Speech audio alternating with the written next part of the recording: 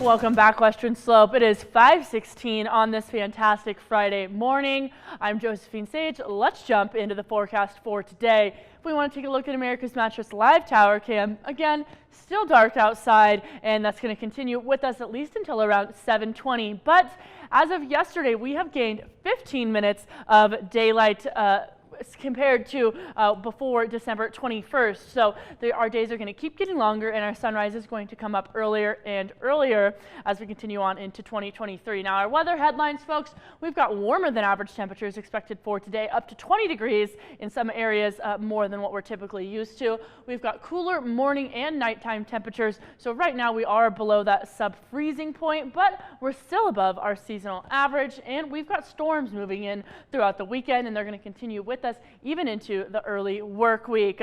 Our current temperatures, we're feeling 28 degrees in Grand Junction. We're feeling 24 in Montrose. Further east of us, we are looking to be a little bit on the cooler side of things, down to 13 in Glenwood Springs. Aspen's feeling 14, and Gunnison is feeling a nice crisp -8. But these temperatures are still above their seasonal average. But if you're headed that way for a weekend trip, for your weekend commute, again, keep in mind that we might have some low visibility, some fog in those areas because our dew point is lower and lower as you get into those higher elevation areas. A little bit more nationally, we do have some storms moving our way.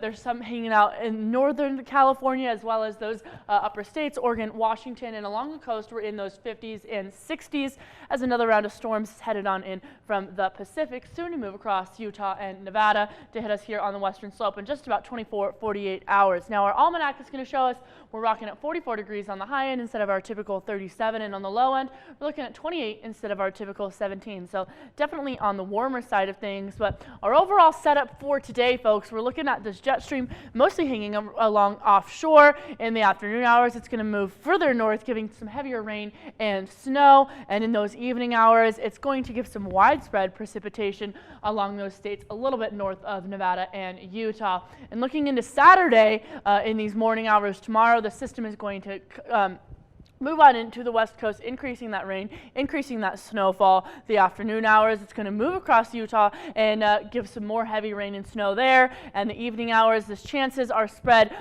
essentially to us on the Western Slope, as well as some of those areas in Utah with that inland system. And Sunday, folks, we're talking about snow. The system aids a lot of snow in the Four Corners region. We're going to expect 1 inch per hour, especially over the San Juans, and again over those like Durango, Four Corners, and up to 12 inches of snow could happen. Now, over those other areas in the mountains, we could be getting up to 20 inches of snow. The afternoon hours on Sunday is going to bring snow over the Rockies, but a little bit less, not as much accumulation. And those evening hours, the snow chances are going to lower as it moves on towards the plains and across central Colorado. But our extended forecast is going to show us that these storms are going to last with us as another round moves on in the early work week all the way through Tuesday. And Montrose is going to continue to have that trend with that chance for snowfall. So we're rocking in those 40s, and then we're finally going to drop down about 10-20 degrees to get closer to our seasonal average. Enjoy the warm temperatures while we've got them.